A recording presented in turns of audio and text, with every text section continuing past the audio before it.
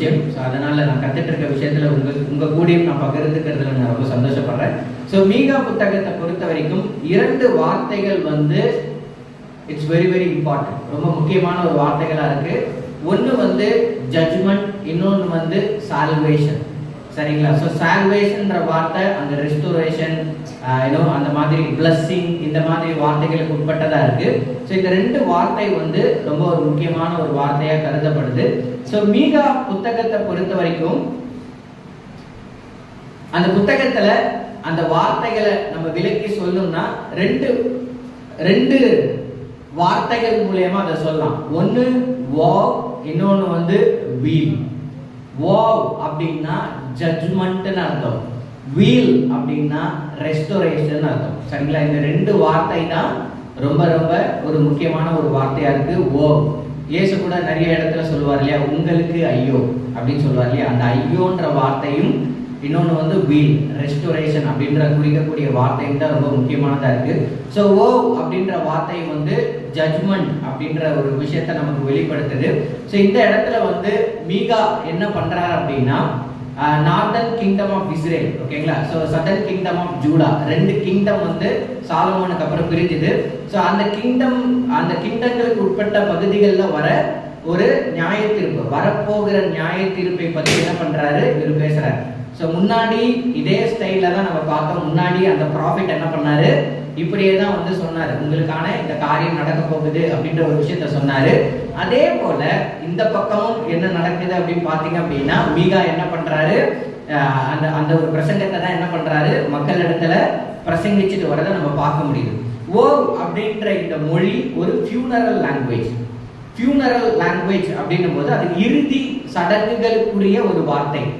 ஐயோயோ அப்படிம்பாங்கல்ல, அது வந்து it's not about pleasant word. இது ஒரு பிளசண்டான வேர்டோ இல்லை ஒரு செய்தி அப்போ சொல்லக்கூடிய ஒரு வார்த்தையோ, ஒரு தொடக்கத்தில் சொல்லக்கூடிய ஒரு வார்த்தையோ, ஒரு திருமணத்தில் பகிர்ந்து கொள்ளக்கூடிய ஒரு வார்த்தையோ கிடையாது. சரிங்களா? இது எப்படிப்பட்ட வார்த்தை அப்படின்னா அது வந்து ஒரு இறுதி ஊர்வலங்கள்ல பங்கு பெற ஒரு வார்த்தை. நிறைய சடங்குகள்ல பார்த்தீங்க அப்படின்னா அந்த இறுதி ஊர்வலங்கள்ல தான் இந்த வார்த்தை என்ன பண்ணுவாங்க பயன்படுத்துவாங்க. ஸோ அது வந்து ஒரு ஃபியூனரல் லாங்குவேஜ். ஸோ ஜீசஸ் கூட என்ன பண்ணுவார், பரிசேயர்களை பார்க்கும்போது இந்த வார்த்தைகளை பயன்படுத்துவார். ஸோ அதுக்கு மீனிங் என்ன அப்படின்னா அந்த பரிசேயர்கள் வந்து ஒரு ஆத்மீக இறந்த நிலையில ஆத்மீகமா அடக்கம் பண்ணப்பட்ட நிலையில இருக்கிறாங்க அப்படின்றத புரிய வைக்க தான் ஜீசஸ் என்ன பண்ணுவாரு, இந்த ஒரு வார்த்தையை அவர் சொல்லுவார். அதே நேரத்தில் வீல் அப்படின்ற வார்த்தை எதை குறிக்குது அப்படின்னா அந்த வார்த்தை வந்து பிளஸ்ஸிங்கை வந்து ரெப்ரசன்ட் பண்ணக்கூடியதா இருக்கு. ஸோ தேவன் வந்து இந்த எல்லா பகுதிகளுக்கும் மத்தியில, இந்த எல்லா பிரச்சனைகளுக்கும் மத்தியில there is a people called மீதியானவர்கள். சரிங்களா? ஸோ ஒரு சில மக்கள் வந்து அந்த பின்னாடி நம்ம விரிவாக பார்க்கலாம். பட் ஆனால் அந்த மீதியான மக்கள் அப்படின்னு ஒரு சில மக்கள் இருப்பாங்க. அந்த மக்களை எப்பவுமே ஆசீர்வதிக்கக்கூடிய ஒரு தேவனா இருக்கிறாரு அப்படின்ற ஒரு விஷயம்தான் நம்மளால இங்க பார்க்க முடியுது. ஸோ மீகா ஜட்ஜ்மெண்ட் அண்ட் சால்வேஷன் அப்படின்ற 2 முக்கியமான விஷயத்தை அடங்கி இருக்கு. அதுதான் ஜட்ஜ்மெண்ட்டை நம்ம ஓ அப்படின்றதையும் சால்வேஷனை நம்ம வீல் அப்படின்ற வார்த்தையும் குறித்து நம்ம குறிக்கிறாங்க. ஸோ இதுல வந்து தொடர்ச்சியா பார்க்கும்போது இது ஒரு சைக்கிள் மாதிரி என்ன பண்றாரு அவர் சொல்லிக்கிட்டே வர. So first cycle chapter 1 and 2. First சைக்கிள்ல என்ன பேசுறாரு, அது ஓ அண்ட் வீல பத்தி பேசுறாரு, ஜட்ஜ்மெண்ட் அண்ட் ரெஸ்டோரேஷனை பத்தி அவர் பேசுறாரு. அப்புறம் சாப்டர் 3-5ல மறுபடியும் ஒரு சைக்கிள் போகுது, மறுபடியும் அதை பத்தியே என்ன பண்றாரு, மறுபடியும் தொடர்ச்சியா பேசுறாரு. அப்புறம் சாப்டர் 6 and 7ல 3வது சைக்கிள். அப்படி தொடர்ந்து அவர் வந்து அதை பத்தியே பேசுறத நம்மளால இந்த புத்தகத்துல பார்க்க முடியும். முதல்ல வந்து அவங்களோட நியாயத்திற்கு பத்தி பேசுறாரு, அப்புறம் ரெஸ்டோரேஷனை பத்தி பேசுவார், நியாயத்திற்கு பத்தி பேசுவார், அப்படியே ஒரு சைக்கிளா என்ன பண்ணும் அது டிராவல் ஆகுறத நம்மளால பார்க்க முடியும். ஸோ அவரோட ஃபர்ஸ்ட் சைக்கிள் எங்க இருந்து ஆரம்பிக்குது அப்படின்னா சாப்டர் 1ல இருந்து ஆரம்பிக்கக்கூடியதா இருக்கு. ஸோ நமக்கு தெரியும் இல்லையா, கிங்டம் வந்து 2ஆ பிரிஞ்சுது. சாலமோன் பீரியடுக்கு அப்புறம் சாலமோன் செய்த தவறுனால அதன் விளைவாக என்னாச்சு, இஸ்ரேல் வந்து 2ஆ பிரிஞ்சுது. 2 கிங்டமா அது வந்து உடையக்கூடியதா இருந்தது. சதர்ன் கிங்டம், நார்த்தன் கிங்டம் சொல்லிட்டு 2 கிங்டமா உடைஞ்சது. அந்த கிங்டத்துல பாத்தீங்க அப்படின்னா அங்க வந்து முன்னாடி நம்ம பார்க்கும்போது அசிரியர்கள் வந்து போர் தொடுத்தாங்க. அதே போல கண்டிப்பா என்ன நடக்க போகுது, ஒரு பேராபத்து வரப்போகுது. ஏன் அப்படின்னா அந்த 2 கிங்டமே 2 பகுதியா இருந்த மக்களுமே என்ன பண்ணல, தேவனுக்கு பிரியமான, தேவனை மகிமைப்படுத்தக்கூடிய, விசுவாசத்தை வெளிப்படுத்தக்கூடிய ஒரு லைஃப் அவங்க வாழுது. ஸோ அந்த ரெண்டு ஈவன் சாலமோன் பீரியட்ல தான் அப்படி இருந்ததா அப்படின்னு கேட்டீங்கன்னா இல்லை. சாலமோன் பீரியட்ல ஆரம்பிச்ச ஒரு விஷயம் தொடர்ச்சியா நிறைய காலங்களை அது கடந்து போகக்கூடியதா இருந்தது. ஸோ அந்த ரெண்டு பீரியட்லயுமே அந்த ஒரு காரியம் இருந்ததை நம்மளால பார்க்க முடியும். சரிங்களா? ஸோ அதுக்கப்புறம் பார்க்கும்போது ஏன்னா நம்ம ஒரு சில விஷயங்களை பார்க்கலாம். ஏன் தேவன் தன்னோட பிள்ளைகள் மேல ஒரு இப்படிப்பட்ட ஒரு மோசமான பனிஷ்மெண்ட்டை கொண்டு வரணும் அப்படின்ற ஒரு யோசனை நமக்கு வரும். ஸோ மீகா என்ன சொல்றாரு, உங்களுக்கு கூடிய சீக்கிரம் உங்க மேல என்ன வரப்போகுது, தேவனோட ஜட்மெண்ட் வரப்போகுது, தேவனோட நியாய தீர்ப்பு வரப்போகுது. மக்கள் என்ன பண்ண போறாங்க, நீங்க நிறைய அவதிகளுக்குள்ளேயும் நிறைய வேதனைகளுக்குள்ளேயும் போக போறீங்க அப்படின்ட்டு மீகா பிரசங்கிக்கிறாங்க. ஸோ மீகா பிரசங்கிக்கும் போது நம்ம எல்லாருக்குமே ஒரு கேள்வி வரும் இல்லையா, ஏன் சரிங்களா, ஏன் தேவன் தன்னோட மக்களை இப்படி பவர்ஃபுல்லான ஃபோர்ஸை வச்சு அவர் என்ன பண்ணணும், தண்டிக்கணும், ஏன் அவரோட மக்கள் இப்படிப்பட்ட ஒரு காரியங்களுக்குள்ள பயணிக்கணும், ஏன் தேவன் அதை அனுமதிக்கணும் அப்படின்னு நம்ம நிறைய விஷயங்கள் யோசிக்கலாம். ஸோ அதுக்கு ஃபர்ஸ்ட் ரீசன் என்ன அப்படின்னா, மீகா 1:7 இருக்கு, நம்ம படிக்க வேணாம், பட் நம்ம கடந்து போவோம். ஸோ மீகா 1:7 மீகா என்ன சொல்லுவாரு, தன்னோட ஜனங்கள், தேவனுடைய ஜனங்கள் அவங்க விக்கிரக ஆராதனைக்கு தன்னை விட்டு போட்ட மக்களா மாறிட்டாங்க. சரிங்களா? ஸோ ஃபர்ஸ்ட் ரீசன் என்ன அப்படின்னா ஐடில் வர்ஷிப். ஸோ தேவன் தன்னோட நியாய தீர்ப்பை மக்களுக்கு மத்தியில் கொண்டு வரதுக்கு என்ன மிகப்பெரிய காரணமா இருந்தது அப்படின்னா, அவங்க உண்மையான தேவனை முழு இருதயத்தோட வணங்காம மனிதர்களோட கைகளால் செய்யப்பட்ட சிலைகளை என்ன பண்ண ஆரம்பிச்சிட்டாங்க, வணங்க ஆரம்பிச்சிட்டாங்க. ஸோ இது தேவனோட சட்ட திட்டங்களுக்கு உட்பட்ட ஒரு விஷயம் இல்லை அப்படின்றதுனால கண்டிப்பா அவங்க மேல நியாய தீர்ப்பு வரும். ரெண்டாவது விஷயம் பாத்தீங்க அப்படின்னா, லாஸ்டா நம்ம பார்த்த அதே ரீசன் தான். ரெண்டு கிங்டம்லயும் ஒரே மாதிரியான பிரச்சனை தான். ரெண்டாவது reason lack of social justice. ஓகேங்களா? ஒரு சமூக நீதி அங்க இல்லை. சரிங்களா? அந்த மக்கள் அந்த மீகா காலத்துல அந்த டைம் அந்த பீரியட்ல மக்கள் ரொம்ப ஒரு ப்ராஸ்பரஸான லைஃபை வாழ்ந்தாங்க. மக்கள் அதிக செல்வம் மிகுந்த ஒரு வாழ்க்கையை வாழ்ந்ததுனால, வளர்ச்சியின் வாழ்க்கையை அவங்க அனுபவிச்சதுனால நிறைய பேர் அங்க ரிச்சா இருந்தாங்க. ஸோ அங்க ரிச்சா இருந்ததுனால அவங்களோட அந்த ரிச்னஸை வச்சு நிறைய இல்லாதவங்களையும் ஏழைகளையும் ஃபாதர்லெஸ், ஓகேங்களா, தகப்பன் தாயற்றவங்களையும் என்ன பண்ணாங்க, ரொம்ப ஒடுக்குனாங்க. சரிங்களா? ஸோ அவங்க ரிச்சா இருந்தாங்க, அதனால என்ன பண்ணாங்க, மற்றவங்களை குறிப்பா இப்படிப்பட்ட மக்களை என்ன பண்ணாங்க, அவங்க ஒடுக்கிறவங்களா இருக்கிறாங்க. ஸோ இப்படி ஒடுக்குதலை காணும் போது தேவன் என்ன பண்ணாரு, மீகா மூலியமா அந்த மக்களுக்கு ஒரு ஸ்ட்ராங்கான மெசேஜை முன் வச்சாங்க. சரிங்களா? இப்படிதான் காலங்கள் அமைய போகுது அப்படின்னு சொல்லிட்டு ஒரு ஸ்ட்ராங்கான மெசேஜை அவர் முன் வைக்கக்கூடியவராக இருந்தாரு. நம்ம 1 by 1 படிக்கலாம். மீகா 2ல் 6ல இருந்து 7 வரைக்கும் நம்ம படிக்கலாம். ஸோ ப்ளீஸ் மீகா 2 6-7 தீர்க்க தரிசனம் சொல்லாதிருப்பீர்களாக என்கிறார்கள். அவர்கள் தீர்க்க தரிசனம் சொல்லுவார்கள். இந்த பிரகாரமாய் அவர்கள் தீர்க்க தரிசனம் சொல்லாவிட்டால் நிந்தை நீங்காதே. யாக்கோபு வம்சம் என்று பெயர் பெற்றவர்களே, கர்த்தரின் ஆவி குறுகி இருக்கிறதோ, அவருடைய கிரியைகள் இவைதானோ, செம்மையாய் நடக்கிறவனுக்கு என் வார்த்தைகள் நன்மை செய்யாதோ.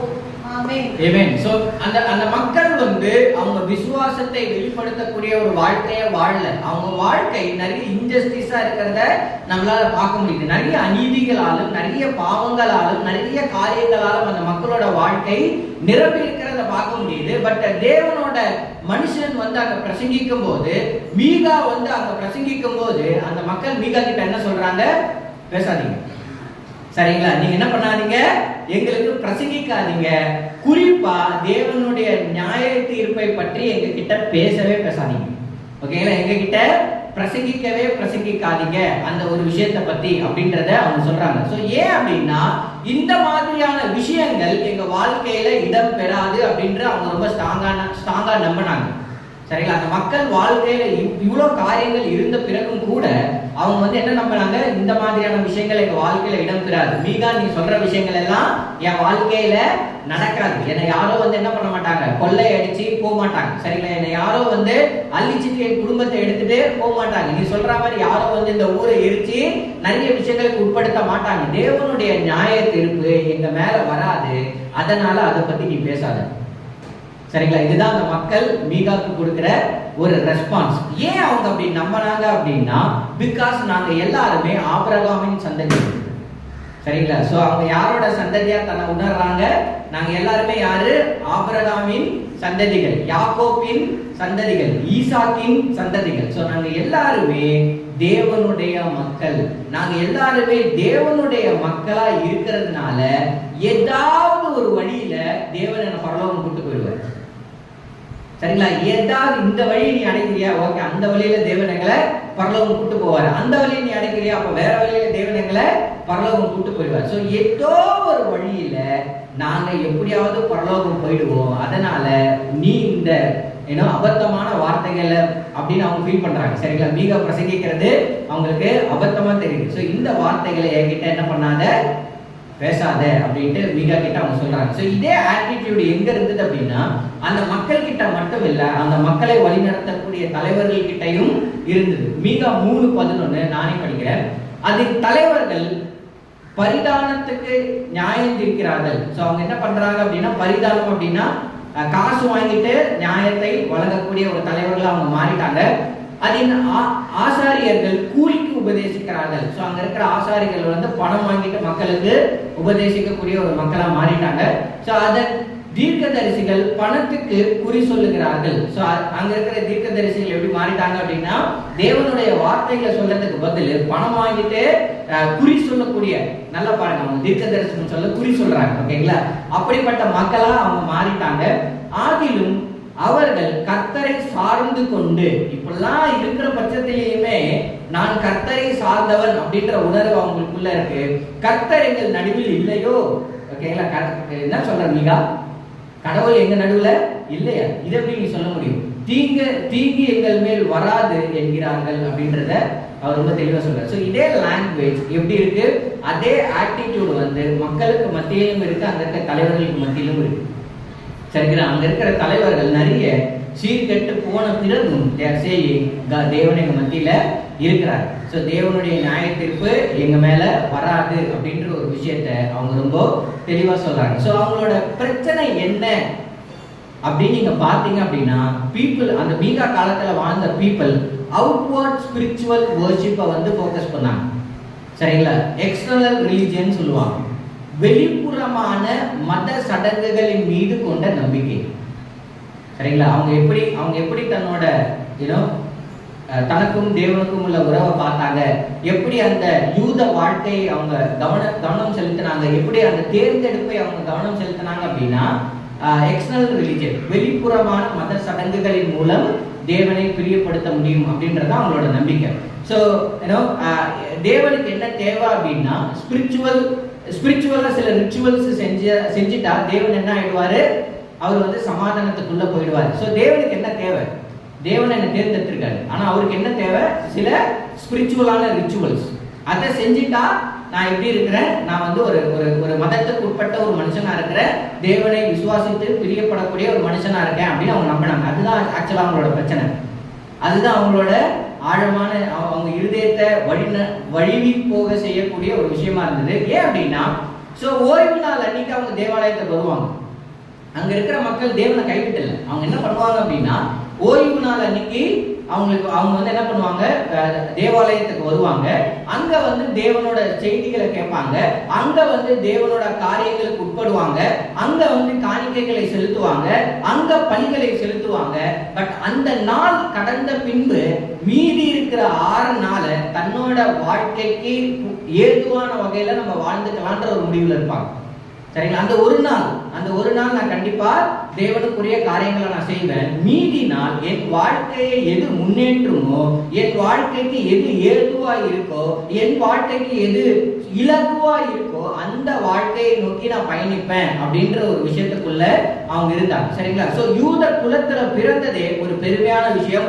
யூத குலத்துல இருக்கிற ஒவ்வொருத்தருமே என்னைக்காவது ஒரு நாள் பரலோகம் போயிடுவாங்க.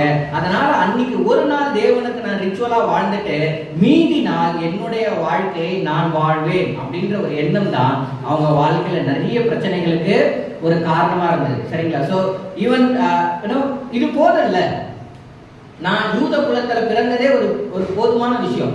சரிங்களா? நான் யூத குலத்துல பிறந்ததே ஒரு போதுமான விஷயம். அந்த விஷயமே நான் பரலோகம் கொண்டு போயிடும். அப்படி இல்லைன்னா கூட நான் தான் காணிக்கை கொடுக்குறேன்ல. அப்படி இல்லைன்னா கூட நான் தான் பலிகள் செலுத்துறேன்ல, அப்படி இல்லைன்னா கூட நான் தான் சபைக்கு வரல, அப்படி இல்லைன்னா கூட நான் தான் செய்திகளை கேட்கறேன்ல, இது போதாது, இது போதாது நான் பரலோகம் போவேன் மீகா, இது போதாது மீகா, ஏன்னா நான் இன்னும் அதிகமான விஷயங்களை செய்யறேன்ல, யூத குலத்துல பிறந்ததே போதும், ஆனா அதை தாண்டி இன்னும் சில காரியங்களை நான் செய்யக்கூடியவனா இருக்கிறேன், இது போதும் தேவன் பிரியப்பட்டுருவாரு, இது போதும் தேவனை மகிமைப்படுத்த, இது போதும் தேவனை என் வாழ்க்கையின் மூலமாக உயர்த்த அப்படின்னு சொல்லிட்டு அந்த மக்கள் மத சடங்குகள்ல மாட்டிட்டு இருந்தாங்களே தவிர ஆத்மீக வாழ்க்கைக்குள்ள பயணிக்கல. சரிங்களா? சோ அவங்களோட பிரச்சனை அதுதான், அவங்க மத சடங்குகளுக்குள்ளாக மாட்டிக்கொண்ட ஒரு வாழ்க்கையை அவங்க வாழ்ந்தாங்க. சோ பிரச்சனை என்ன அப்படின்னா, ஓய்வு நாள்ல அவங்க மத சடங்குகளுக்குரிய காரியங்களை செஞ்சுட்டு மற்ற காரியங்களை செய்வது, மற்ற நாள்ல மற்ற வாழ்க்கைக்கேற்ற விஷயங்களை செய்வது தேவனை பிரியப்படுத்தல, தேவன் அதுல சந்தோஷமா இல்லை. அதனாலதான் அவர் அந்த மீகாவை அனுப்புறாரு. சரிங்களா? அவங்க பாதை தேவன் முன்பாக சிறப்பானதா இல்லை அப்படின்றத உணர்ந்த தேவன் அவங்க அந்த நாள் மட்டும் தன்னோட வாழ்க்கையை கவனம் செலுத்திட்டு மீதியெல்லாம் தன் வாழ்க்கைக்கு ஏற்ற மாதிரி தன்னோட பாதைகளை மாத்திக்கிற ஒரு விஷயம் தேவனுக்கு விருப்பமா இல்லைன்றதுக்காக, அது தேவனை பிரியப்படுத்தலைன்றதுக்காக தேவன் என்ன பண்ணாரு, மீகா மூலமா ஒரு விஷயங்களை சொன்னாரு. சரிங்களா? ஸோ அந்த ஒரு நாள் நீங்க என்ன வர்ஷிப் பண்றீங்க, அந்த ஒரு நாள் எனக்கு நீங்க காணிக்கைகளை செலுத்துறீங்க, அந்த ஒரு நாள் எனக்கு நீங்க பலிகளை இடுறீங்க, ஆனா மீதி உங்க வாழ்க்கை நாட்கள் எப்படி இருக்கு அப்படின்னா, ஏழைகளை ஒடுக்கி, விதவைகளை அடக்கி, அனாதைகளிடமிருந்து பறிக்கக்கூடிய ஒரு வாழ்க்கை நீங்க வாழ்றீங்க. இது எப்படி எனக்கு பிரியப்படும்? இது எப்படி என் வாழ்க்கையில நீங்க எப்படி என் முன்னாடி வந்து நின்று சொல்றீங்க இது போதுமானது அப்படின்னு சொல்லிட்டு? அதுதான் தேவனுடைய ஒரு மிகப்பெரிய ஒரு விஷயமா இருக்கு. சரிங்களா? சோ தேவனுக்கு அது ஒரு விருப்பமான விஷயமா அவரு பார்க்கல. சோ இப்படிப்பட்ட ஒரு வாழ்க்கை முறையை தான் வெளிப்புறமான மத சடங்குகளுக்கு உட்பட்ட ஒரு வாழ்க்கை முறை அப்படின்றத நம்ம சொல்றோம். சரிங்களா? சோ அப்ப உண்மையான விசுவாசம்னா என்ன? இப்படி ஒரு கேள்வி நமக்கு வருது இல்லை? ஏன்னா மீகா வந்து ஒரு விஷயத்த சொல்றாரு, அந்த மக்கள் என்ன பண்றாங்க, மீகாவை எதிர்க்கிறாங்க. ஏன்? ஆல்ரெடி நான் நல்லா தான் இருக்கிறேன், ஆல்ரெடி நான் பரலோகம் போயிடுவேன், பரலோகம் போறதுக்கு நான் யூதனா இருந்தா மட்டுமே போதுமானது, நான் யூத குலத்துல இருந்தாலே போதுமானது, ஏன்னா நான் ஆபிரகாமினோட சந்ததி, அது இல்லாம நான் என்னென்னலாம் பண்றேன் மீகா உங்களுக்கு தெரியுமா? நான் சர்ச்சுக்கு போறேன், நான் செய்தி கேட்கிறேன், காணிக்கை கொடுக்குறேன், நிறைய விஷயங்களை நான் பண்றேன் மீகா. சரிங்களா? ஆனா தேவனுக்கு அது பிரியமா இல்லாததுனாலதான் தேவன் மீகாவை கொண்டு போய் நிறுத்தினார். சரிங்களா? சோ அப்போ தேவன் எதிர்பார்க்கக்கூடிய உண்மையான விசுவாசம் எது? சரிங்களா? சோ தேவன் நம்ம இடத்துல இருந்து எப்படிப்பட்ட விசுவாசத்தை எதிர்பார்க்கிறாரு அப்படின்றத we need to understand. So நம்ம புரிஞ்சிக்க வேண்டிய விஷயம் என்ன அப்படின்னா, தேவனை மத சடங்குகளால ஒருபோதுமே பிரியப்படுத்த முடியாது. சரிங்களா? எந்தவித மத சடங்குகளாலேயுமே தேவனை ஒருபோதுமே பிரியப்படுத்த முடியாது. ஒரு உண்மையான பக்தி தேவன் மீது கொண்ட நம்பிக்கை நிமித்தம் தேவனை பிரதிபலித்து அவருக்குள்ளாக கீழ்ப்படிந்து அவரோட செயல்களை வெளிப்படுத்தக்கூடிய ஒரு பக்தியா இருக்கும். சோ ஒரு பக்தின்றது வந்து தேவன் மேல வச்சிருக்க விசுவாசம்ன்றது வந்து நம்ம நம்பிக்கைக்கு உட்பட்ட விஷயம் மட்டுமே கிடையாது, அது நம்ம செயல்களுக்கு உட்பட்ட விஷயமாவும் இருக்கு. சரிங்களா? அது குறிப்பிட்ட காலத்துக்கு உட்பட்ட செயலாகவும் மட்டும் இல்லை, அது நம்ம வாழ்க்கையின் காலங்களுக்கு உட்பட்ட ஒரு செயலா இருக்கு. சரிங்களா? சோ அதை தான் தேவன் வந்து ஒரு ஒரு உண்மையான பக்தியா பார்க்கிறார். சோ ஏன் காடால அந்த மக்களை பிளஸ் பண்ண முடியல, ஏன் காடால அவங்களை ஆசீர்வதித்து மேம்படுத்த முடியல அப்படின்னா, பிகாஸ் அந்த மக்கள் இதை புரிஞ்சிக்கல. சரிங்களா? அந்த மக்கள் உண்மையான விசுவாசத்துக்கும் பொய்யான விசுவாசத்துக்கும் உள்ள ஒரு ஒரு ஒரு கேப்பை அந்த மக்களால் அண்டர்ஸ்டாண்ட் பண்ணிக்க முடியல. அதனாலதான் தேவனால என்ன பண்ண முடியல, அவங்களை ஆசீர்வதிக்க முடியல. சோ தேவன் ஒருவரை ஆசீர்வதிக்க வேண்டும் என்றால் அவங்க வாழ்க்கையில உண்மையான விசுவாசத்தை அவர் காணணும். சரிங்களா? அந்த உண்மையான விசுவாசம் எங்க இருக்கோ தேவன் அந்த மக்களை கண்டிப்பாக ஆசீர்வதிக்கக்கூடியவராக இருக்கிறாரு அப்படின்றத நம்ம பார்க்கிறோம். சோ ஒரு கவலைக்கிடமான நிலை என்ன அப்படின்னா, மீகா காலத்துல மட்டும் இந்த பிரச்சனை இல்லை, நம்ம காலத்திலையும் கூட இந்த பிரச்சனை இருக்கிறத நம்மளால பார்க்க முடியும். சரிங்களா? இதுதான் ஒரு கவலைக்கிடமான ஒரு ஒரு உண்மையா நான் பார்க்கிறேன். ஏன்னா இது எல்லா காலத்திலுமே உரிய ஒரு விஷயமா இருக்கு. சோ இந்த உலகத்திலேயே அதிக மக்களால் பின்பற்றக்கூடிய மதம் எது?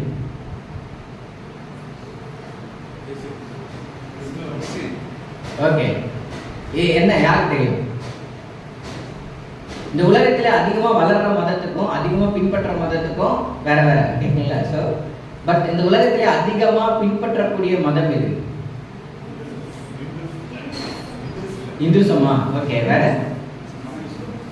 ஓகே, இந்த உலகத்திலேயே அதிகமா பின்பற்றக்கூடிய மதம் எதுனா கிறிஸ்தவம் தான். சரிங்களா? 2.3 பில்லியன் மக்கள், 200 கோடிக்கு மேற்பட்ட மக்கள் வந்து என்ன பண்றாங்க? கிறிஸ்துவை பின்பற்ற தயாரா இருக்கிறாங்க. சரிங்களா? சோ மொத்தமே இந்த உலகத்துல இருக்கிற மக்கள் தொகை என்னன்னா 800 கோடி, 800 பாயிண்ட் சம்திங். சரிங்களா? 800.2 அது மாதிரி வைப்பாங்க. சரி, 8.2 பில்லியன். சோ நம்ம ஒரு 800 கோடி வச்சுப்போம். இந்த 800 கோடியில ஏறக்குறைய 230 கோடி மக்கள் வந்து எதை பின்பற்றாங்க? கிறிஸ்துவத்துவம் தான். சரிங்களா? சோ இது வந்து ஒரு பெரிய ஏறக்குறைய ஒரு 30% மேல இருக்கக்கூடிய ஒரு பர்சன்டேஜ். சோ அந்த அளவுக்கு மக்கள் என்ன பண்றாங்க? கிறிஸ்துவத்துவத்தை பின்பற்றியுமே கிறிஸ்து பல இடங்கள்ல வெளிப்படாததை தான் நம்ம பார்க்கிறோம். சரிங்களா? இவ்வளோ பெரிய ஜனத்தொகை, ஓகேங்களா, உலகத்துல கிறிஸ்துவை பின்பற்றக்கூடிய ஜனத்தொகை இருந்துமே ஆனா ஏன் இன்னும் கிறிஸ்துவுக்கேற்ற மாற்றங்கள் இந்த உலகத்துல அதிகமா வரல? இன்னும் ஏன் கிறிஸ்துவுக்கேற்ற விஷயங்கள் இந்த உலகத்துல நடைமுறைக்கு இல்லை அப்படின்னா, பிகாஸ் அங்க இருந்த பிரச்சனை தான் இங்க இருக்கு. சரிங்களா? இந்த காலத்திலையும் அப்படிப்பட்ட ஒரு பிரச்சனை தான் இருக்கு. ஸோ இயேசுவை பின்பற்றணும் அப்படின்னு நினைக்கிற மக்கள் வெளிப்புறமான காரியங்களை செய்யறதுல அவங்க ரொம்ப துடிப்புள்ளவர்களா இருக்கிறாங்களே தவிர உள்புறமான காரியங்களை அவங்க கவனம் செலுத்துறதில்லை. ஃபார் எக்ஸாம்பிள், இன்னைக்கு சண்டே சர்ச், ஓகேங்களா, எத்தனை பேர் சபைக்கு போயிருப்பாங்க? எத்தனை பேருக்கு சபைகள்ல வந்து ஞானஸ்தானங்கள் கொடுக்கப்படும்? எத்தனை பேருக்கு சபையில என்ன பேர் மாத்திருப்பாங்க? உன் பேர் என்னங்க? டிராவிட். இன்னில இருந்து உன் பேர் டேவிட். ஓகேங்களா? எத்தனை பேருக்கு இந்த ஒரு விஷயங்கள் இந்த நொடிகள்ல இந்த உலகத்துல நடந்துட்டு இருக்கும் அப்படின்னா நிறைய பேர் இருக்கும்.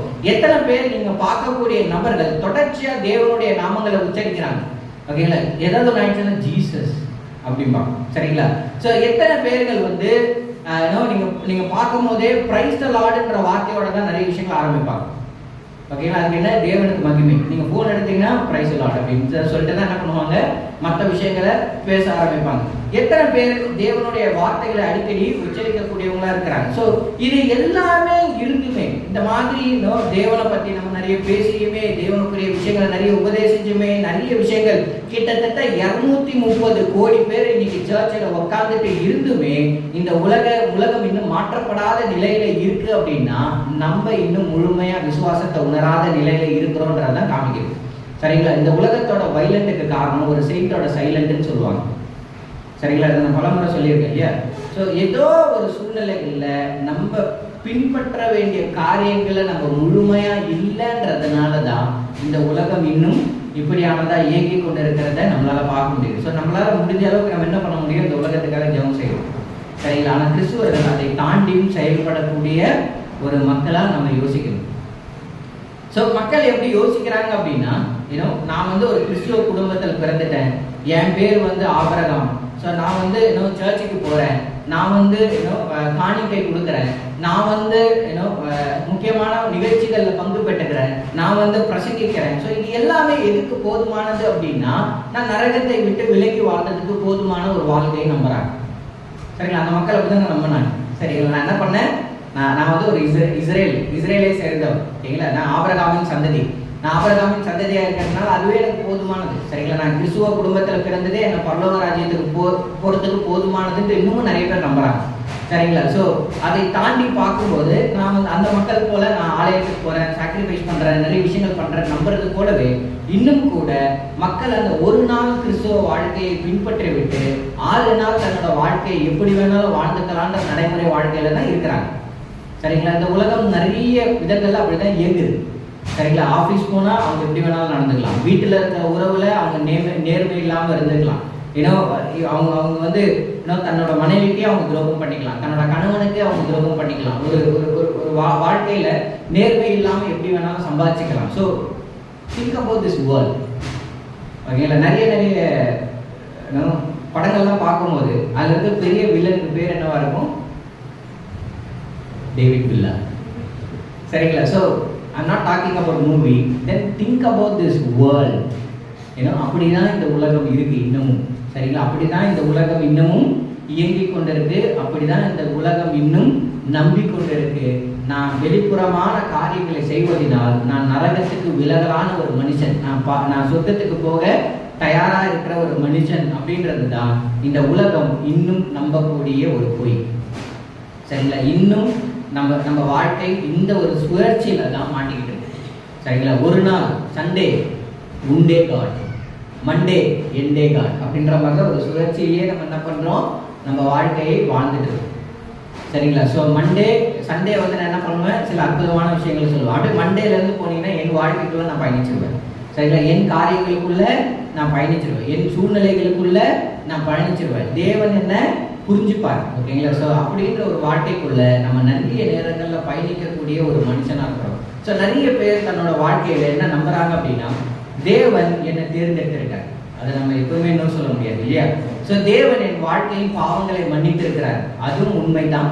தேவன் என் சூழ்நிலைகளை புரிந்து கொள்வார், அதுவும் உண்மைதான். தேவன் மன்னிப்பில் ஐஸ்வர்யவானாக இருக்கிறார், அதுவும் உண்மைதான்.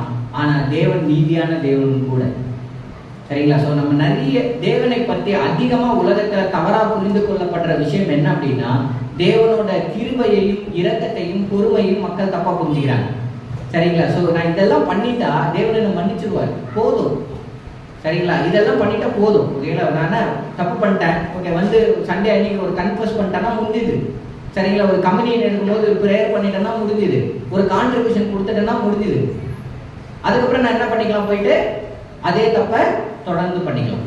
அதே அதே மறுபடியும் அடுத்த வாரம் என்ன பண்ணுவோம், வந்து கன்ஃபஸ் பண்ணுவோம், அதே விஷயங்கள் நம்ம செய்வோம். அடுத்த வாரம் போயிட்டு பார்த்தீங்கன்னா அதே சூழ்நிலைகளுக்குள்ள மாட்டி அவங்க என்ன பண்ணுவாங்க, அவங்க சுற்றி நெரிச்சிட்டு இருப்பாங்க. ஸோ நம்ம பார்த்தது எல்லாமே உண்மைதான்.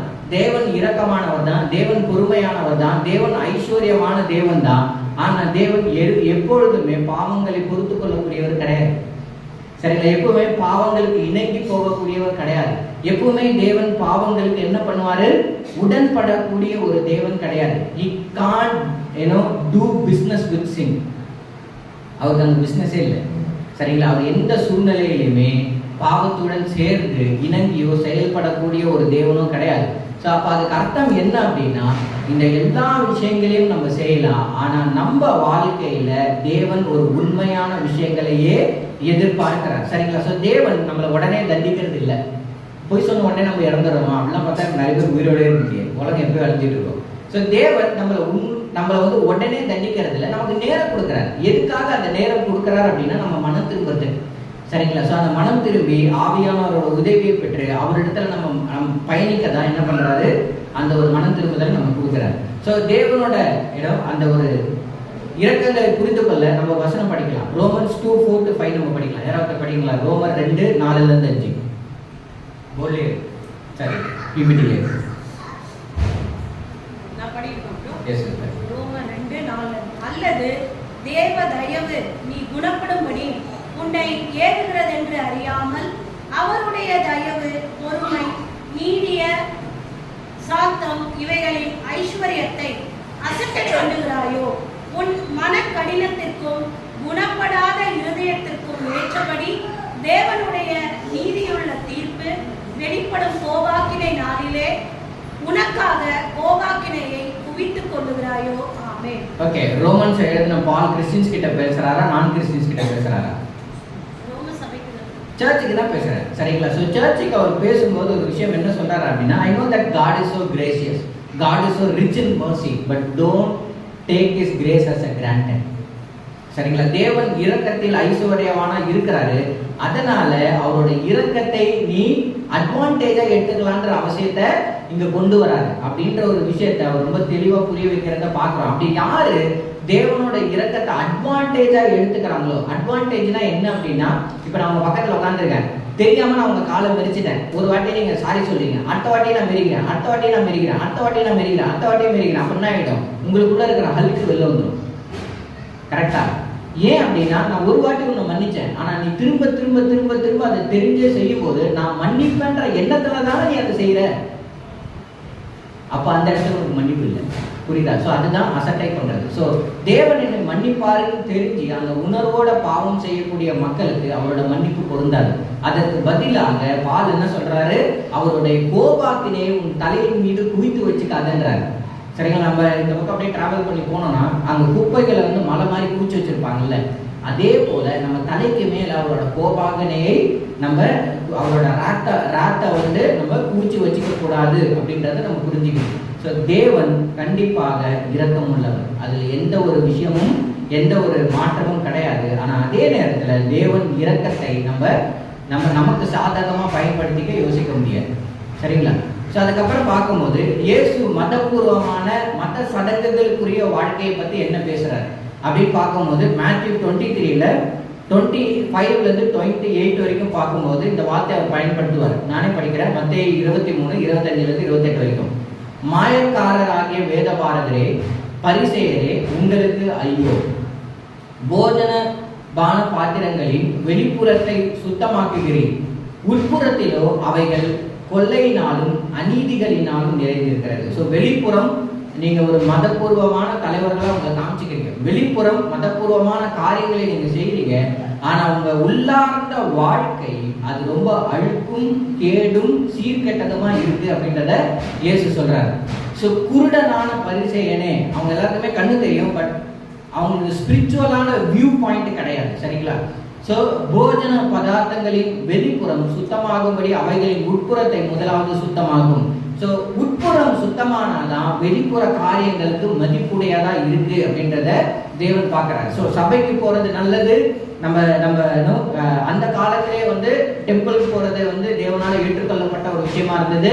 அந்த காலத்திலே சாக்ரிஃபைஸ் பண்றது, கான்ட்ரிபியூஷன் கொடுக்கறது எல்லாமே தேவனுக்கு ஏற்றுக்கொள்ளப்பட்ட ஒரு விஷயம் தான். தேவன் தான் சொன்னார் இதெல்லாம் நீங்க செய்யணும். ஆனா கப்போட உள்பக்கம் அசிங்கமா வச்சுக்கிட்டு வெளிப்பக்கத்தை துடைத்து அதுக்குள்ளாக பானமுத்தி தேவன் கிட்ட கொடுக்கும் போது தேவனால அதை பருகவும் இல்லை. சரிங்களா? அதே போல நம்ம வாழ்க்கை உள்ளார்ந்து அழுக்கா இருந்து வெளிப்புறமான காரியங்களால பூசப்பட்டு இருந்தா அந்த முலாம் பூசிய பொய்யான வாழ்க்கையை தேவன் ஏற்றுக்கொள்ள தயாரா இல்லை.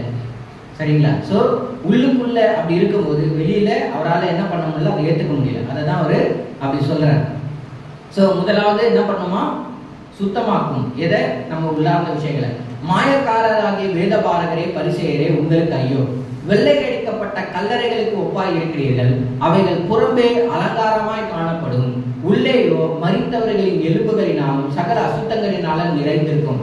அப்படியே நீங்களும் மனுஷருக்கு நீதிமான்கள் என்று புறம்பே காணப்படுகிறீர்கள். அகைன் அண்ட் அகைன் ஜீசஸ் சொல்றது என்னன்னா, நீங்க புறம்பான செய்திகளை எப்படி காமிச்சுக்கிறீங்க. நீங்க ஒரு வெள்ளை அடிக்கப்பட்ட கல்லறை மாதிரி இருக்கீங்க. மிகப்பெரிய அழகான வெள்ளை அடிக்கப்பட்ட கல்லறை தான் தாஜ்மஹால். ஆனா உள்ள எப்படி இருக்கு? அதுக்குள்ள நீங்க தாஜ்மஹால் உங்களுக்கு நான் எழுதி கொடுத்துறேன், ஆனா உள்ள இருக்க மும்தாஜோட சமாதியில ஒரு 10 நாள் தங்கணும்னா நம்ம என்ன பண்ணிடுவோம், எனக்கு தாஜ்மஹாலே வேணாம்னு சொல்லிடுவோம் இல்லையா? ஏன் அப்படின்னா அது அவ்வளோ ஒரு அழுக்கு நிறைந்த ஒரு இடமா அது இருக்கு. ஸோ நிறைய பேர் தன்னோட கிறிஸ்துவ வாழ்க்கையை projecting like Taj Mahal, but inside there's God could see there are lot of dust. ஓகேங்களா? ஸோ வெளிப்புறமாக நம்ம கிறிஸ்துவ வாழ்க்கை ஒரு தாஜ்மஹால் மாதிரி நம்ம காமிச்சுக்கிட்டாலும் உட்புறமான கிறிஸ்துவ வாழ்க்கை நிறைய ஒரு கல்லறைக்குள்ளாக இருக்கக்கூடிய அசுத்தம் போல நிறைந்திருக்கிறது இயேசு பார்க்கிறார். அப்படியே நீங்களும் மனுஷருக்கு நீதிமான்கள் என்று புறமே காணப்படுகிறீர்கள், உள்ளத்திலேயோ மாயத்தினாலும் அக்கிரமத்தினாலும் நிறைந்திருக்கிறீர்கள் சொல்றாரு. ஸோ பேசிக்கா அவங்க எல்லாருமே செய்யறது வெளிப்புறமான விஷயம்தான். நான் சர்ச்சுக்கு வருவேன், நான் என்ன பண்ணுவேன், ஒரு நாளைக்கு 2 அதிகாரம் நான் படிச்சிருவேன், நான் சண்டே மிஸ் பண்ண மாட்டேன், சண்டே ஓகே இல்லை, சில விஷயங்கள் இருக்கு. பட் ஸ்டில் இந்த மாதிரியான வெளிப்புறமான காரியங்கள் அதிகமாக கவனம் செலுத்துறாங்க. இது தேவனால ஏற்றுக்கொள்ளப்பட்ட விஷயம்தான். சரிங்களா? சண்டே சபைக்கு வர்றது, நம்ம தேவ செய்தியை கேட்கறது எல்லாமே. பட் இங்க இருந்தபடியே நம்ம இருதயம் எப்படி இருக்கும்? சரிங்களா? ஸோ நான் இந்த கேள்வி கேட்கறேன் அப்படின்னா, பாவிகளே பிரதான பாவி நான் தான். சரிங்களா? உங்க எல்லாரை விட எனக்கு அதிகமான டெம்டேஷன்ஸ் இருக்கும், உங்க எல்லாரை விட எனக்கு அதிகமான பிரச்சனைகள் இருக்கும், உங்க எல்லாரை விட நான் அதிகமான விஷயங்களை எனக்குள்ளாக நான் போர் புரிஞ்சிட்டு இருப்பேன். ஸோ அதனால தேவன் என்னை பார்க்கும்போது ஈவன் தோ நான் கோடியத்துக்கு முன்னாடி பிரசங்கிச்சுட்டு இருந்தாலுமே இந்த நொடியில தேவனுடைய கண்கள் என் இருதயத்தை பார்க்கும். சரிங்களா? அது எப்படியாக இருக்குது அப்படின்றத அவரு நியாயம் விசாரிக்கிறவரா அவர் இருப்பாரு அப்படின்றத நம்ம புரிஞ்சுக்கணும். ஸோ யோசிச்சு பாருங்க, இந்த கேள்வியை ஒரு யூதன் கிட்ட கேட்டா எப்படி இருக்கும்? இயேசு கேட்கிற இதே விஷயத்த ஒரு ஜூ கிட்ட போயிட்டு கேட்டா எப்படி இருக்கும்? இயேசு அதான் கேட்கிறாரு. ஓகேங்களா? அவங்க தன்னை எப்படி யோசிச்சுட்டு இருக்காங்க அப்படின்னா, நான் ஆபிரகாமின் சந்ததி. ஓகேங்களா? ஒரு பெருமைக்குரிய விஷயம், இந்த உலகமே பாவம், நான் பரிசுத்தமான சந்ததின்னு சொல்லிட்டு அவங்க தன்னை பத்தி உயர்வா பெருமையா நினைச்சிட்டு இருக்க ஒரு இடத்துல போயிட்டு அவர் என்ன போட்டு உடைக்கிறாரு? நீங்க எல்லாருமே வெளிப்புறமா தான் ஆத்மீகமா இருக்கீங்க, ஆனா உங்க உள்புறமான வாழ்க்கை இன்னும் நிறைய இருள் அடைந்ததா இருக்கு அப்படின்னு சொல்றாங்க. சரிங்களா? ஸோ நம்ம யோசிக்கணும், எதை தேவன் அதிகமாக கவனம் செலுத்துகிறாரோ அதை கொண்டுதான் நம்மளை நியாயம் தீர்ப்பார். சரிங்களா? உள்புறமான பாத்திரம் அழகா இருந்தாலே அது வெளிப்புறமாக சுத்திகரிப்ப நம்ம யோசிச்சிருவோம். சரிங்களா? ஸோ ஏதோ கொடுக்கணும்னு வெளில மட்டும் தொடச்சிட்டு உள்ள ஏதாவது ஊற்றி கொடுத்தோம்னு வச்சுக்கிங்களேன், அது தேவனால எந்த ஒரு நபராலையும் ஏற்றுக்கொள்ள முடியாத ஒரு விஷயமா தான் அது அமையும். ஸோ மீகா அவரோட காலகட்டத்தில் வாழ்ந்த மக்களுக்கு இதை தான் புரிய வைக்கிறார். சரிங்களா? இப்படிப்பட்ட ஒரு வாழ்க்கையை தான் நம்ம யோசிக்கணும் அப்படின்னு சொல்றாரு. ஈவன் இதற்கு மத்தியிலுமே தேவனுடைய நியாய தீர்ப்புகளுக்கு மத்தியிலுமே அவரோட ஆசீர்வாதங்களும் நிறைந்திருக்கு. எப்படின்னா மீகா 2:12 படிச்சிங்க அப்படின்னா, யாக்கோபின் ஜனங்களே, மீகா 2:12 நானே படிக்கிறேன். யாக்கோபின் ஜனங்களே, உங்கள் எல்லோரையும் நான் நிச்சயமாக கூட்டுவேன், இஸ்ரவேலின் மீதியானவர்களை நிச்சயமாய் சேர்ப்பேன். போஸ்ராவின் ஆடுகளை போல் அவர்களை ஏக கூட்டமாக்குவேன். தன் தொழுவத்துக்குள்ளே சேர்ந்த மந்தைகளை சமமாய் ஜனத்திரளாலே இறைச்சல் உண்டாகும் அப்படின்னு சொல்றாங்க. Okay, so maybe God is saying அந்த மீதியானவர்கள் எல்லாரையுமே நான் ஒன்று திரட்டி ஒரே மந்தையாக நான் கொண்டு வருவேன் அப்படின்னு சொல்றாரு. ஸோ எப்பவுமே எல்லா சூழ்நிலையிலுமே எல்லா இடத்திலுமே எவ்வளவு பிரச்சனைகளுக்கு மத்தியிலுமே தேவனை உண்மையா தொழுது கொள்ற மக்களும் இருப்பாங்க. அவங்களும் டெம்பிளுக்கு போவாங்க, அவங்களும் சாக்ரிஃபைஸ் பண்ணுவாங்க, அவங்களும் கான்ட்ரிபியூஷன் கொடுப்பாங்க. பட் அவங்களோட இருதயம் தேவனுக்குரியதா இருக்கும். அந்த ஒரு நாள் மட்டுமே அவங்க தேவனோட பிரயாணிக்காம அந்த வாழ்நாள் ஃபுல்லா அவங்க தேவனை பிரயாணிப்பாங்க. அந்த வார நாட்கள் ஃபுல்லா அவங்க தேவனோட பிரயாணிப்பாங்க. அவங்கள யாருமே பார்க்கறனாலுமே அவங்க தேவனோட சேர்ந்து நடக்கக்கூடிய மக்களா இருப்பாங்க. ஏன்னா தேவன் அவங்கள பார்த்துட்டு இருக்காரு. சரிங்களா? நம்ம சண்டே வராம ஏன் வீட்டுல தூங்குறோம் நமக்கு தெரியாது, ஆனா தேவனுக்கு தெரியும். சரிங்களா? அந்த மக்களை பொறுத்தவரை நான் பார்க்கறது முக்கியம் இல்லை, நீங்க பார்க்கறது முக்கியம் இல்லை, தேவன் பார்க்கிறார்.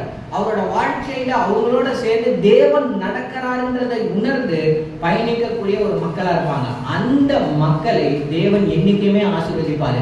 அந்த மக்களை தேவன் என்னைக்குமே மீட்டெடுப்பாரு. அந்த மக்களோட தேவன் நடந்து அவங்க விழும்போது கை கொடுத்து தூக்கக்கூடிய ஜனங்களா அவங்க இருப்பாங்க. சரிங்களா? ஸோ தேவன் யாருக்கு கை கொடுப்பாரு, தேவன் யாரை ஆசீர்வதிப்பார்னா அந்த மீதியான மக்கள் தான். சரிங்களா? ஸோ நம்ம யோசிக்க வேண்டியது என்ன அப்படின்னா, நான் எப்படி அந்த மீதியான மக்களுக்குள்ள நான் பயணிக்கிறது. சரிங்களா? என்னோட செல்ஃபை அந்த மீதியானவர்கள் சொல்றாங்க இல்லையா, ரெமனன்ட், அந்த பீப்புளுக்குள்ள நான் எப்படி அதை வச்சுக்க முடியும்? புரியுங்களா? இந்த உலகத்துல 2.3 பில்லியன் கிறிஸ்டின்ஸ் இருக்காங்க, 230 கோடி பேர் இருக்காங்க. ஆனா எத்தனை பேர் பரலோகம் போவான்னு கேட்டா கண்டிப்பா தெரியாது. சரிங்களா? என்ன எப்படி அந்த பரலோகம் போகக்கூடிய மக்களுக்கு மத்தியில என்னால வச்சுக்க முடியும்?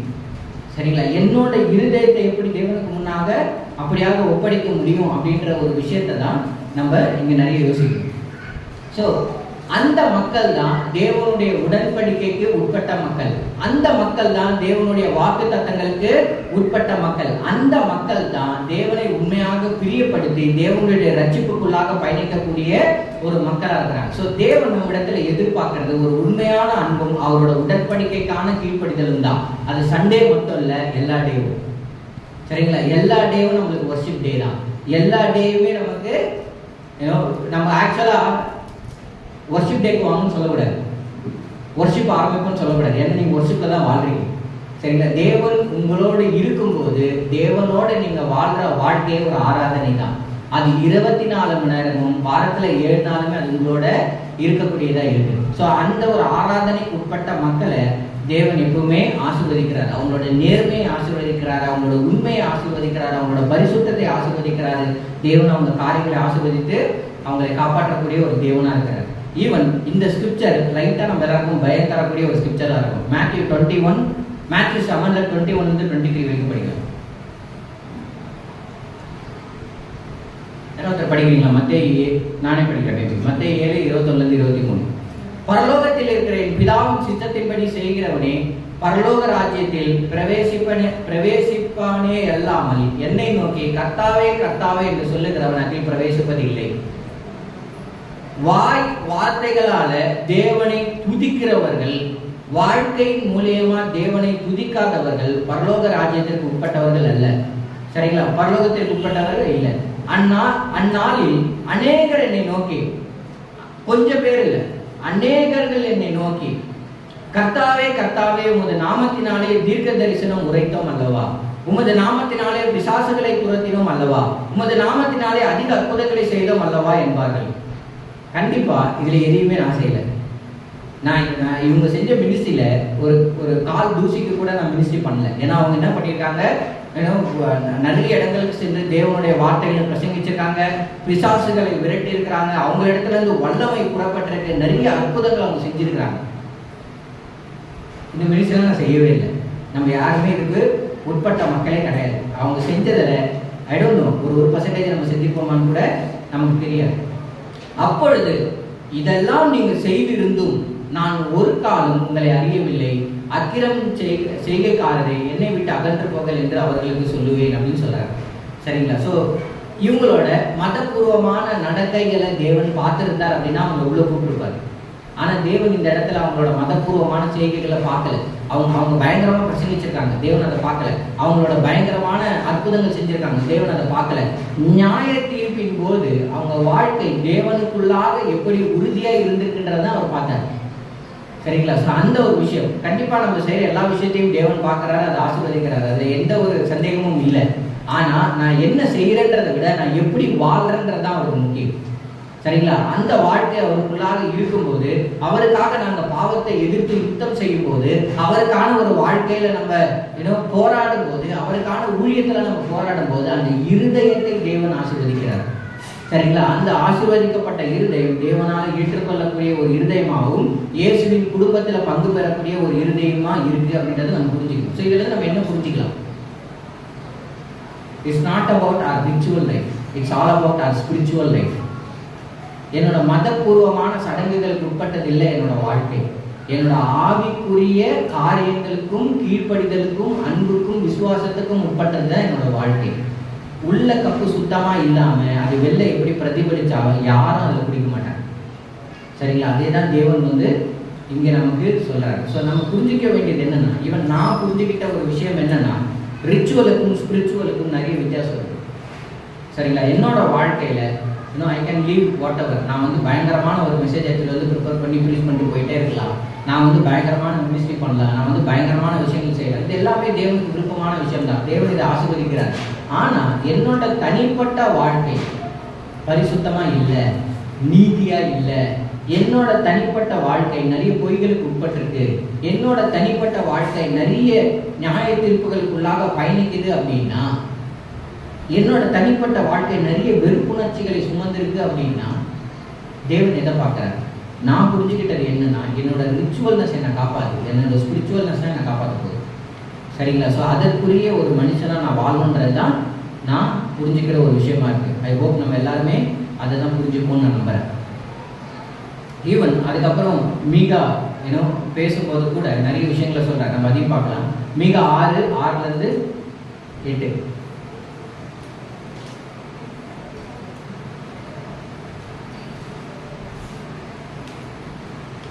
Even maybe I can say. So இந்த மீகா 6:6-8 வரைக்கும் பார்க்கும்போது அவங்க நிறைய விஷயங்கள் சொல்லும் போது கூட அவங்க என்ன சொல்லுவாங்கன்னா, மீகா வாயை மூடு. டைரக்டா அந்த மாதிரி தான் இருக்கும். மீகா கொஞ்சம் வாயை மூடு. ஈவன் இவ்வளவு சொல்றதுக்கு அப்புறம் கூட மீகா கொஞ்சம் வாயை மூடு, நீ பேசுறதெல்லாம் என்னால கேட்க முடியாது, உனக்கு என்ன வேணும்னு மட்டும் சொல்லு, உன் தேவனுக்கு என்ன வேணும்னு கேட்டு சொல்லு. பலி வேணுமா? நான் பலியிடுறேன். கண்ணுக்குட்டி வேணுமா? நான் கண்ணுக்குட்டி தரேன். 1000 ஆடு வேணுமா? ஆடு தரேன். 1000 எண்ணெயை ஊற்றி ஏதாவது பண்ணுமா? நான் பண்றேன். ஆனா நீ பேசாத, அமைதியா. உன் தேவனுக்கு என்ன வேணும்னு மட்டும் கேட்டு சொல்லு. என்னை எரிச்சல் ஊட்டுற மாதிரி என்ன பண்ணாத, பேசாத அப்படின்றது தான் இஸ்ரவேல் மக்களோட வாதம். மீகா அதுக்கு என்ன சொல்றாருன்னா, மீகா 6:8 தேவன் உங்களிடம் என்ன எதிர்பார்க்கிறார் என்று உங்களுக்கு தெளிவாக தெரியும் இல்லையா? ஸோ தேவன் அவங்க கிட்ட என்ன எதிர்பார்க்கிறான்றது மக்களுக்கே தெளிவான தெரிஞ்ச விஷயம் தான். மேபி மீகா 6:8 மட்டும் நம்ம படிக்கலாம். மனுஷனே, நன்மை இன்னதென்று அவர் உனக்கு அறிவித்திருக்கிறார். நியாயம் செய்து இரக்கத்தை சிநேகித்து உன் தேவனுக்கு முன்பாக மனத்தாழ்மையாய் நடப்பதை அல்லாமல் வேறு எண்ணத்தை கர்த்தர் நோக்கி கேட்கிறார். ஆமென். மீகா அவங்களுக்கு சொல்ற பொறுமையான பதில் என்ன அப்படின்னா, தேவன் உங்ககிட்ட 2000 ஆடை எதிர்பார்க்கிறாரு, நீங்க வாரம் கரெக்டான டைமுக்கு வரணும் இல்லை. அவங்க கிட்ட சொல்றது ஒண்ணுதான், நியாயம் செய்து இரக்கத்தை சிநேகித்து தேவனுக்கு முன்பாக மனத்தாழ்மையா இரு. சரிங்களா? நீ நியாயம் செய்யணும் வாழ்க்கையில், எது நல்லதோ அதை செய். ஒரு வாழ்க்கையின் பட்டியலை நம்ம எடுத்து பார்த்தோம்னா, நான் பேசின நல்ல வார்த்தைகளை விட நான் பேசின கெட்ட வார்த்தைகள் தான் நிறைய இருக்கும் போல. சரிங்களா? நான் மற்றவங்களை பற்றி நல்லா பேசினதை விட நான் மற்றவங்களை பற்றி தவறாக பேசினது தான் அதிகமாக இருக்கும் போல. நான் எனக்கு பர்சனலாக சொல்கிறேன். ஸோ நிறைய விஷயங்கள் நம்ம வாழ்க்கையில் நியாயம் செய்தலை விட அநியாயம் செய்தல் தான் அதிகமாக இருக்கு. சரிங்களா? ஸோ அவர் சொல்கிற விஷயம் என்னன்னா, நியாயம் செய், இரக்கத்தை சிநேகி. சரிங்களா? மற்றவங்க மேலே இரக்கம் பாராட்டு. சரிங்களா? அவங்க ஒரு விதவை, அவங்க ஒரு தகப்பன் இல்லாதவர்கள், அவங்கள போய் நீ அடிச்சு புட்டிங்கி உன் வாழ்க்கையை வாழ்ந்து அப்படி என்னதான் பண்ண போற? இரக்கத்தை சிநேகி, தேவனுக்கு முன்பாக மனத்தாழ்மையா இருக்கு. சரிங்களா? So they are asking like, நீ பேசாத, என்ன வேணும்னு மட்டும் சொல்லு. நிறைய டைம் நம்ம நம்ம நம்ம மற்றவங்க நம்மளை டிசைபிள் பண்ணானா அவங்கள பேசுறதே எனக்கு பிடிக்காது இல்லையா? என்ன பண்ணணும்னு மட்டும் சொல்லு, இல்லை நான் சொல்றதை நீ கேட்கு. மனத்தாழ்மையா நம்ம வாழ்க்கையை வாழணும்னு நினைச்சிருக்கேன். ஸோ நிறைய நேரங்களில் அந்த மனத்தாழ்மை இல்லாத ஒரு வாழ்க்கையை நான் வாழ்ந்துருக்கேன். சரிங்களா? ஸோ ஆனால் தேவன் என்ன சொல்றாருன்னா, இது எல்லாமே வேஸ்ட். ஓகேங்களா? எண்ட் ஆஃப் த டே என்னோட நான் நியாயம் செய்யணும் தேவனோட மகிமையினால, அவரோட பலத்தினால. நான் இரக்கத்தை சிநேகித்து தேவனுக்கு முன்பாக மனத்தாழ்மையாக இருப்பதே உண்மையான கிறிஸ்துவ வாழ்க்கை. சரிங்களா? ஸோ அந்த ஒரு வாழ்க்கைக்குள்ள நான் பயணிக்கணும். Someone said God has no interest in the multiplication of empty religious acts. அப்படின்னா தேவனுக்கு ஒரு விஷயத்து மேல பிரியமே இல்லை. என்ன அப்படின்னா, அர்த்தமே இல்லாத மதபூர்வமான நிறைய செய்கைகளை நமக்குள்ள பூச்சி வச்சுக்கிறதுல அவருக்கு விருப்பமே கிடையாது. சரிங்களா? நம்ம நம்ம நம்ம ஜெபிக்கிறது அர்த்தமுள்ளதா இருக்கும். நான் சபைக்கு வர்றது ஒரு அர்த்தமுள்ளதா இருக்கும். என் வாழ்க்கையில நான் வெளிப்படையா இருக்கிறது ஒரு அர்த்தமுள்ளதா இருக்கும். எல்லாமே தேவனை மகிமைப்படுத்தும் விதமாக நான் செய்யக்கூடிய ஒரு மனுஷனா இருக்கணும். தேவனை பார்க்க ஆரம்பிச்சிட்டோம் அப்படின்னா நம்ம மக்களை பார்க்கவே மாட்டோம். சரிங்களா? தேவன் என்ன பார்க்கறத நான் உணர்ந்தேன்னா நான் மற்றவங்களை பார்க்கவே மாட்டேன். சரிங்களா? என் வாழ்க்கையை அவருக்கு முன்பாக நான் சரியா நடத்திட்டு எடுத்துட்டு போயிடுவேன். ஸோ இது வேதத்துல பார்க்கும்போது இட்ஸ் நாட் அபவுட் ஒன்லி அவங்களுக்கு மட்டும்தான் புரிஞ்சுதா, மீகாவுக்கு மட்டும்தான் புரிஞ்சுதான்னு கேட்டா இல்லை. ஓகே, ஸோ இது பைபிள்ல நிறைய பேருக்கு புரிஞ்ச ஒரு விஷயம். எப்படின்னா, சங்கீதம் 51 பார்த்தீங்க அப்படின்னா, சங்கீதம் 51 300 வருஷங்களுக்கு முன்னாடி தாவீதால எழுதப்பட்ட ஒரு விஷயம். சரிங்களா? ஸோ அதாவது மீகாவுக்கு 300 வருஷத்துக்கு முன்னாடி, அந்த 300 வருஷத்துக்கு முன்னாடி தாவீது என்ன சொல்றாரு அப்படின்னா, பலியை நீர் விரும்புகிறதில்லை, விரும்பினால் செலுத்துவேன், தகன பலியும் உமக்கு பிரியமானதல்ல, தேவனுக்கு கேட்கும் பலிகள் நொறுமுண்ட ஆவிதான், தேவனே நறுமுண்டதுமான இருதயத்தை நீர் புறக்கணியீர். சரிங்களா? ஸோ தாவீது தன்னோட வாழ்க்கையில பச்சைப்பாவோட தவறு செஞ்சிட்டதுக்கு அப்புறம் தாவீது ரொம்ப தெளிவா புரிஞ்சுக்கிட்ட விஷயம் என்னன்னா, சரி நான் பாவம் செஞ்சுட்டேன், போயிட்டு ஒரு 10 ஆடை வெட்டினா எல்லாம் சரியாயிடுமா? 10 வாட்டி டெம்பிளுக்கு போயிட்டு வந்தா எல்லாம் சரியாயிடுமா? 10 வாட்டி ஒரு மாடை வெட்டினா சரியாயிடுமா? இல்ல. தேவனே நீங்க சொல்றீங்க, ஆனா நான் பாவம் செஞ்சுட்டு வந்து இதை பண்ணிட்டு இருக்கிறதுல எந்த ஒரு அர்த்தமும் இல்லை. நீங்க எதிர்பார்க்கறது என் இருதயம் உடையும், அதுல இருந்து மனம் திரும்புதல் வெளியே வரணும், அதுல இருந்து நான் உங்களை சார்ந்து வாழ்றதுல நான் வளரணும். இதுதான் நீங்க என்கிட்ட எதிர்பார்க்கறது. மற்றபடி வேற விஷயங்கள் எதுவுமே நம்மளை திருப்திப்படுத்தாது அப்படின்றத தாவீது தெளிவா புரிஞ்சு வச்சிருக்காரு. ஐசையா என்ன சொல்றாரு? ஓகேங்களா? ஸோ ஐசையாவோட வாழ்க்கையில பார்க்கும்போது ஐசையா 1:10-13 வரைக்கும் படிச்சு பார்த்தோன்னா, சோதோமின் அதிபதிகளே, ஓகேங்களா? அவர் சோதோமை பற்றி பேசணும்னு நினைப்போம், ஆனா அவர் சோதோம் கிட்ட பேசுற இஸ்ரவேல் மக்களை தான் அவர் கூப்பிடுறாரு. ஓகேங்களா? அவங்களோட பாவத்தை பார்க்கும்போது அவங்க இஸ்ரேலைஸ்ன்னு கூப்பிடுறதுக்கு அவர் வாய் வரல, அதுக்கு பதில் சோதோம் மக்களையும் கூப்பிடுறாரு. யோசிச்சு பாருங்க. சோதோமின் அதிபதிகளே, கர்த்தருடைய வார்த்தையை கேளுங்கள், கோமராவின் ஜனமே, நமது தேவனுடைய வேதத்துக்கு செவி கொடுங்கள், உங்கள் பலிகளின் திரள் எனக்கு என்னத்துக்கு? நீங்க திரளா பலி செலுத்துறீங்களே, காடு கேட்கிறார், என்னத்துக்கு? அது எதுக்கு எனக்கு என்று கர்த்தர் சொல்லுகிறார். ஆட்டுக்கடாக்களின் தகன பலிகளும் கொளுத்த மிருகங்களின் நினமும் எனக்கு அரோசிகமாய் இருக்கிறது. காளைகள், ஆட்டுக்குட்டிகள், கடாக்களுடைய இரத்தத்தின் மேல் எனக்கு பிரியவில்லை. நீங்கள் என் சந்ததியில் வரும்போது என் பிரகாரங்களை இப்படி மிதிக்க வேண்டும் என்று உங்களிடத்தில் கேட்டது யார்? ஓகேங்களா? ஸோ நீங்க திரளான நிறைய பலிகளை என் பிரகாரங்களை கொண்டு வரீங்க, நீங்க அதெல்லாம் பண்றீங்க, இது எல்லாமே எனக்கு விருப்பம் இல்லை, இது எல்லாமே எனக்கு அருவருப்பானது. இனி வீண் காணிக்கைகளை கொண்டு வர வேண்டாம். You are not willing to repent. God won't accept anything from us, including our prayer. சரிங்களா? நீ வீணான காணிக்கைகளை என்னோட சன்னிதானத்தில் கொண்டே வராது. நீ மனம் திரும்பாமல் இங்கே வந்து நீ இன்னும் கோடியாக கொட்டி இன்னும் வளர போகிறது கிடையாது. எனக்கு பணம் வேணுமா, உன் மனம் திரும்புதல் வேணுமான்னு கேட்டால் உன் மனம் திரும்புதல் தான். எனக்கு பலியை விட உன்னோட நுறுகுண்ட இருதயம் தான் முக்கியம். தூபம் காட்டுதல் எனக்கு அருவருப்பாய் இருக்கிறது. நீங்கள் அக்கிரமத்தோட ஆசரிக்கிற மாத பிறப்பையும் ஓய்வு நாளையும் சபை கூட்டத்தையும் நான் இனி சகிக்க மாட்டேன்னு சொல்றாங்க. ஸோ அவங்க அன்னைக்கு எல்லாருமே சேர்ந்து பாடுறாங்க, எல்லாருமே சேர்ந்து துதிக்கிறாங்க, எல்லாருமே சேர்ந்து மெசேஜ் கேட்குறாங்க, எல்லாருமே சேர்ந்து மெசேஜ் ப்ரீச் பண்ணுறாங்க. பட் தேவன் அதை சகிக்க மாட்டேன்னு சொல்கிறார். பிகாஸ் அவங்க இருதயம் சரி, அவங்க இருதயத்தில் உண்மையான விஷயம் இல்லை, உண்மையான விசுவாசம் இல்லை. ஸோ தேவன் நம்மளோட சபையை சந்தோஷமாக பார்க்குறாரு இல்லை சகிச்சுக்கிட்டு பார்க்குறாரா அப்படின்றது நம்ம எல்லாரும் சேர்ந்து முடிவெடுக்க வேண்டிய ஒரு விஷயமா இருக்கு. தென் கோஸ் ஆன். ஸோ நம்ம செய்ய வேண்டிய விஷயம் என்ன அப்படின்னு நீங்கள் கேட்டிங்க அப்படின்னா ஏபிசி அப்படின்ற 3 விஷயத்தை நம்ம செய்யணும். ஒன்று, அட்மிட். எப்பவுமே அட்மிட் பண்ணுங்க. சரிங்களா? தேவனே நான் ஒரு பாவி. சரிங்களா? எப்போ நான் நீதிமான் அப்படின்னு நான் உணரணும் அப்போல்லாம் எனக்கு கோபம் தான் வரும். நான் எனக்குள்ள தாழ்மை வராது. இதை என் வாழ்க்கையில் நான் நிறைய வாட்டி பார்த்துருக்கேன். நான் சரின்னு எப்போ யோசிக்கிறனோ அப்போ தான் எனக்குள்ள பிரச்சனையாக ஆரம்பிக்குது. சரிங்களா? ஸோ இது என் வாழ்க்கையில் ஏதோ நடந்த ஒரு விஷயம், உங்கள் எல்லாரோட வாழ்க்கையில் நடந்திருக்கலாம். So we need to feel like God, I should admit myself to you. நான் எப்பவுமே உங்ககிட்ட என்ன அர்ப்பணிக்க தகுதியான ஒரு மனுஷன். சரிங்களா? நான் எப்பவுமே என்னோட வாழ்க்கையில் நான் ஒரு பாவி. ஏன்னா உங்ககிட்ட நான் என்னை தாழ்த்தி என்னை நான் ஒப்படைக்கணும். 2வது விஷயம், believe Jesus died for us. இயேசு நம்மளோட பாவங்களுக்காக தான் மரிச்சிருக்காருன்றதை ஒவ்வொரு நாளும் நம்ம வாழ்க்கையில் நம்பி நம்ம வாழ்க்கையை முன்னெடுத்துட்டு போகக்கூடிய ஒரு மக்களாக இருக்கும். 3வது, கமிட். ஓகேங்களா? ஸோ நம்ம இயேசு என்ன அழைப்புக்காக நம்மளை அழைச்சிருக்காரோ அந்த அழைப்புக்கு நம்ம பாத்திரவான்களாக இருக்கும். ஈவன் அது கிராஸ் எடுத்து அவர் பின்னாடி போகிறதா இருந்தாலும் பரவாயில்ல. சரிங்களா? ஸோ தேவனோட குட் நியூஸ் என்ன அப்படின்னா தேவன் மீதியானவர்களை ஆசீர்வதிக்கிற தேவன். சரிங்களா? அந்த மீதியானவர்களை தவிர மீண்டு போன எல்லாரையுமே நியாயத்திற்குள்ளாக வழி நடத்துகிற தேவன். இதுதான் தேவனோட ஒரு விஷயம்.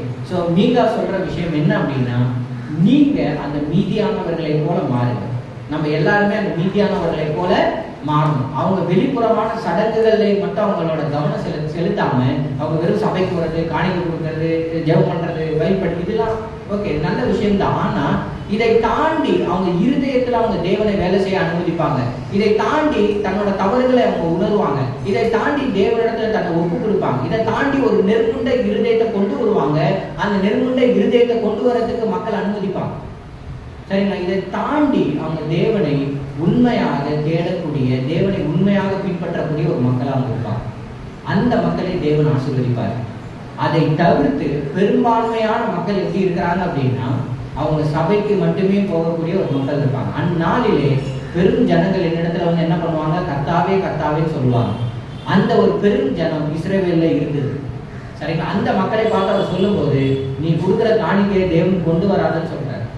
நீ வந்து நீ இப்படிப்பட்ட ஒரு இருதயத்தோட வராதுன்னு சொல்றாரு. ஏன் தேவனுக்கு நம்ம வரக்கூடாதுன்னு சொல்லலை, நானும் நீங்க வரக்கூடாது அப்படி அதை வேற ட்ராக் கொண்டு போகக்கூடாது. தேவன் என்ன சொல்றார் அப்படின்னா அவரோட ஜனங்கள் அவரை உண்மையாக துதிக்கக்கூடிய ஜனங்களா இருக்கணும். தேவன் மதப்பூர்வமான சடங்குகள்ல மட்டுமே பிரியப்படக்கூடிய தேவன் கிடையாது. அவரை நம்ம இருதயத்துல இருந்து உண்மையா நம்ம வர்ஷிப் பண்ணணும் அவர் நினைக்கிறார். Thanks for the listening. Sorry, அது நேரம் அதிகமாயிடுச்சு.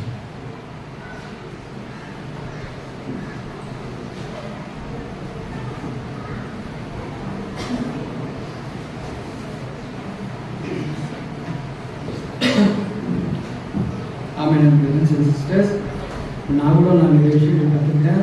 நீங்கள் கூட நிறைய விஷயம் கற்றுருப்பீங்க.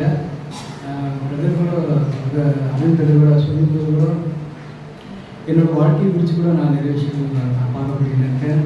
நான் சண்டேலாம் சர்ச்சுக்கு வருது, நான் காணிக்கை செலுத்துறது, நான் பைபிள் படிக்கிறது, அது இல்லாமல் அதை விட தாண்டி கடவுளுக்கு நான் எப்படி நான் உண்மையாக இருக்கிறதுக்கு இந்த மெசேஜில் நான் பார்க்க முடியும்னாங்க. அதே மாதிரி இந்த மீகா வந்து நீங்கள் அந்த இஸ்ரேல் மக்களுக்கு சொல்லும்போது கூட அவங்க வந்து அவங்களுக்கு எல்லாமே இருந்தும் நாங்கள் ஏன் அதெல்லாம் வந்து நாங்கள் இது பண்ணோம் ஃபாலோ பண்ணோம் இது கேட்கக்கூடியதாக இருக்கிறது.